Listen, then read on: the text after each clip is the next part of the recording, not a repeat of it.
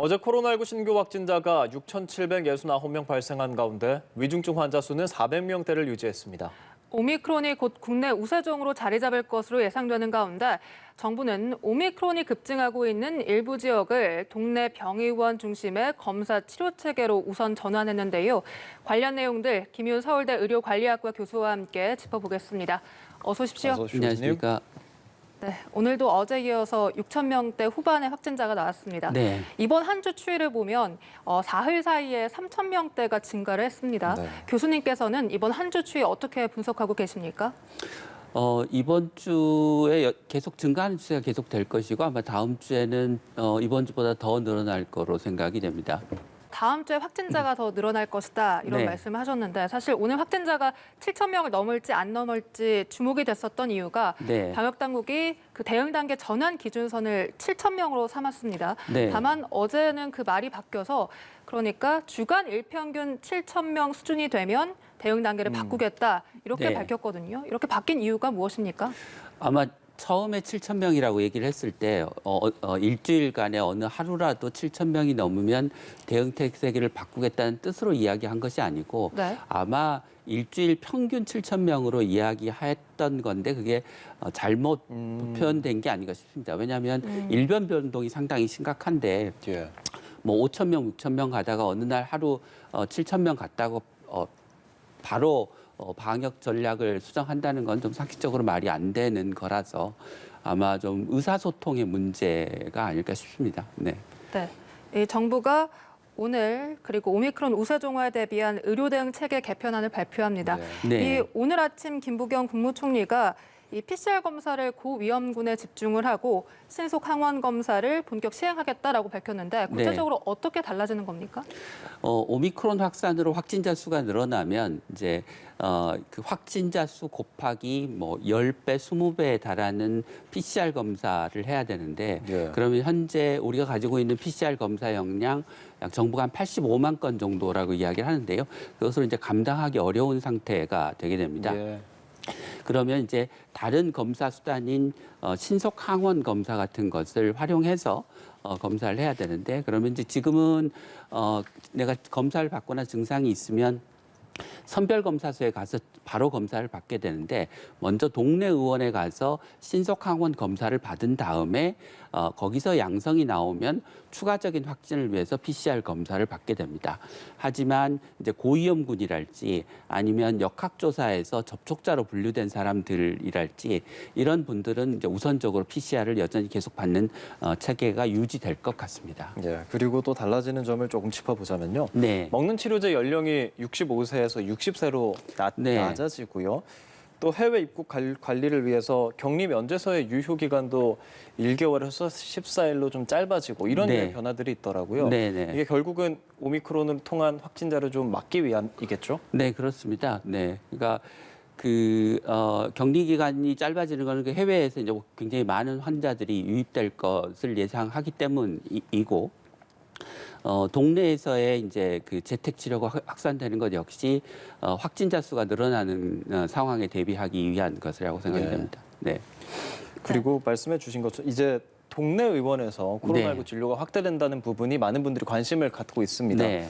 이 부분에 대해서는 아까 발표한 내용으로는 특정 지역에서 우선 운영된다고 하던데 어떤 식으로 변화되나요? 일단 그 기존에 이제 재택 치료를 하는 것을 좀 더 확대한다고 생각하시면 될 것 같고 예.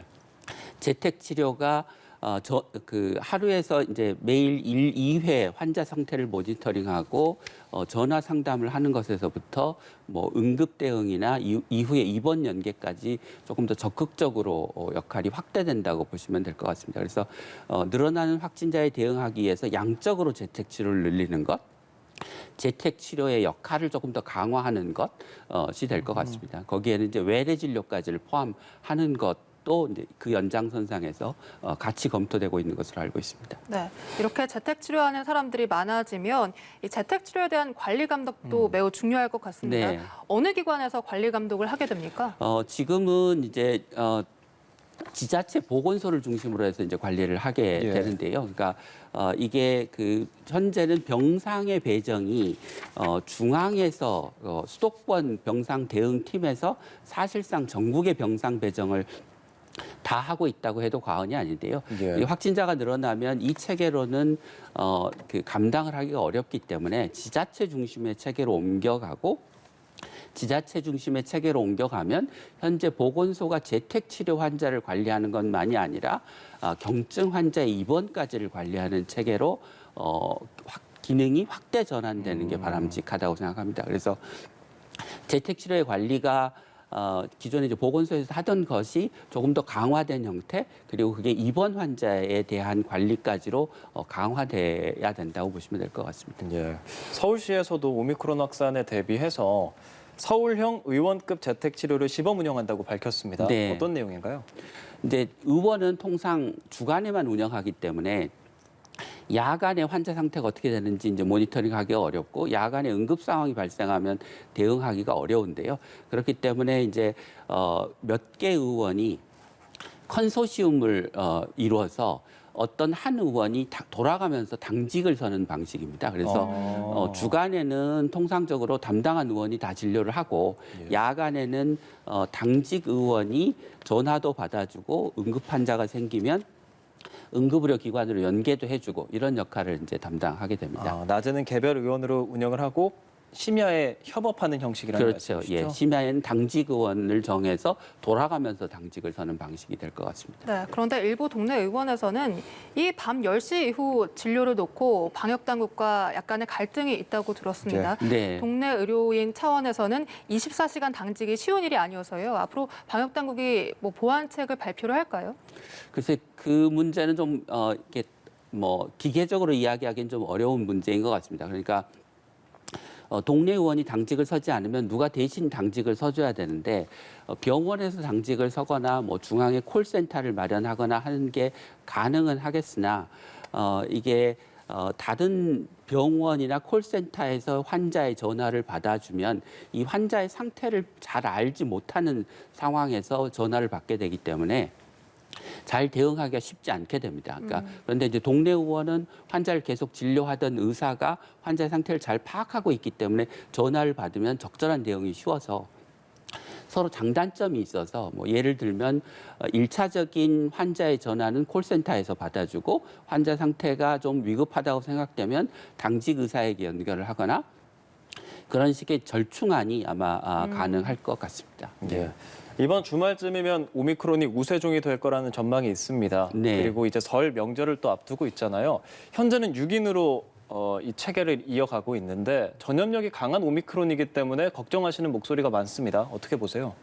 첫째는 우리가 방역과 일상의 조화를 위해서 단계적 일상 회복으로 전환을 했는데 여전히 좀 확진자 수에 너무 집착을 하는 방역을 하는 게 아닌가 네. 싶고요. 예. 그다음에 두 번째는 오미크론의 높은 전파력 때문에 사실 사회적 거리두기를 한다고 해서 그 확산의 속도를 늦출 수 있을지 늦춘다고 하더라도 예. 얼마나 늦출 수 있을지는 사실 의문입니다. 그리고 이제 그래서 우리가 그 의료 체계 내에서 입원 환자나 중환자 진료를 감당할 수 있으면 그 범위 내에서는 확진자 수를 뭐 그렇게 과도하게 억제하기 위해서 과도한 사회적 거리두기 같은 거를 할 필요가 있을까라는 게 제 생각입니다. 네. 네, 교수님께서 확진자 수에 집착을 하면 안 된다라고 말씀하셨습니다만 이 많은 전문가들이 이 확진자 이 전망을 보면 네. 통제를 제대로 못하면 2월 말에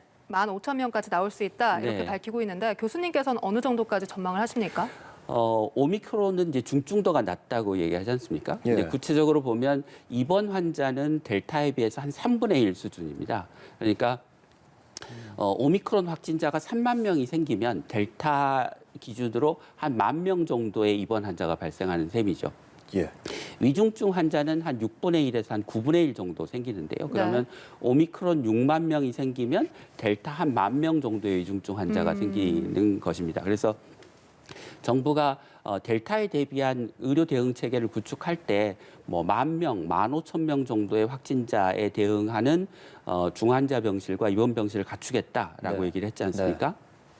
그리고 오늘 홍남기 부총리 그 추경 발표에서도 네. 그렇게 하기 위해서 이제 의료 대응을 위한 자금을 확보하겠다라고 얘기를 했기 때문에 뭐 위중증 환자를 기준으로 하면 정부가 얘기한 계획대로 병상이 잘 운영된다고 하면 네. 우리가 한 6만 명 정도의 확진자가 발생해도 위중증 환자 진료에 큰 문제가 없을 것이라고 예상이 됩니다. 네, 이 3차 접종에 대한 이야기를 좀 해보면 이 오미크론 유행을 준비하는데 방역 당국은 3차 접종의 중요성 계속해서 강조를 하고 있습니다. 네. 실제 연구 결과로는 어떻게 나오고 있습니까? 3차 접종을 하면 감염 예방 효과가 한 60%에서 70% 정도로 나오고 있는 예. 걸로 알려져 있습니다. 2차 접종을 한 이후에 3차 접종을 하지 않으면 대개 4개월이 지나면 50% 이하로 떨어지고 그 이상의 기간이 경과되면 이제 굉장히 낮아지는 상황이 되기 때문에 예. 감염 예방을 위해서는 3차 접종을 할 수밖에 없는 상황이긴 합니다. 예. 그런데 이제 여전히 그 2차 접종만으로도 위중증 예방 효과는 좀 있다는 점.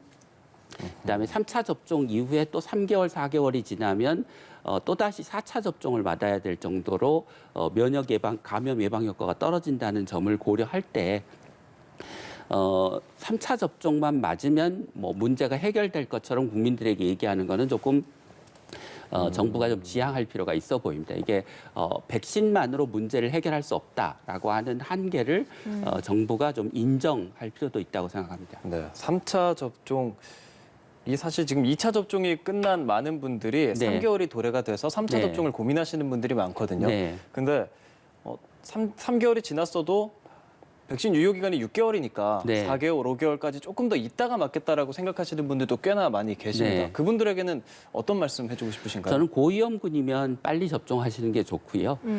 젊은 층이라고 하면 그렇게 꼭 3개월에 맞아야 될 필요는 없다고 생각합니다. 네. 네, 이 임신부들의 접종에 관해서도 네. 방역 당국은 임신부들의 이 방역 패스 예외 대상에서 제외를 했습니다. 네. 교수님께서는 임신부들에게 접종을 권고하시는 입장이십니까? 네, 공고해야 될 것 같습니다. 왜냐하면 이제까지 알려진 바로는 그 임신부들이 백신 접종을 하더라도 뭐 임신의 유지나 예. 또는 태아에게 미치는 영향이 거의 없는 것으로 알려져 있기 때문에 백신을 맞아도 안전하다는 점, 그리고 임산부는 이제 고위험군이라서 백신 접종을 하지 않으면 노인이나 기저질환자처럼 그 위중증으로 갈 확률이 굉장히 높고요. 또 태아에도 나쁜 영향을 미쳐서 조기 출산을 하거나 태아의 사망률이 올라가는 그런 부작용도 있습니다. 이제 그래서 임산부는 앞서 말씀드린 대로 기저질환자나 고령층처럼 코로나19에 걸리면 안 되는 고위험군이라서 반드시 접종을 해야 되는 대상입니다. 오히려. 예. 그럼 사실 임신부 중에서 이제 태아에게 조금이라도 영향을 미칠까 봐 안 네. 맞으시는 분들이 꽤나 많거든요. 네. 그런데 그렇다면 지금 말씀해 주시는 대로라면 부작용을 그렇게까지 걱정을 안 해도 되는 걸까요? 예, 그렇게 걱정하지 않으셔도 될 것 같습니다. 그러니까 애초에 백신의 임상 시험 결과에서도 안전하다는 것이 어느 정도 입증이 됐고 그 이후에 실제로 많은 선진국에서 임산부들이 백신 접종을 하고 난 다음에 나온 연구 결과도 안전하고 태아에게도 영향이 없다는 것입니다. 네, 예. 알겠습니다. 지금까지 김윤 서울대 의료관리학과 교수였습니다. 오늘 말씀 고맙습니다. 고맙습니다.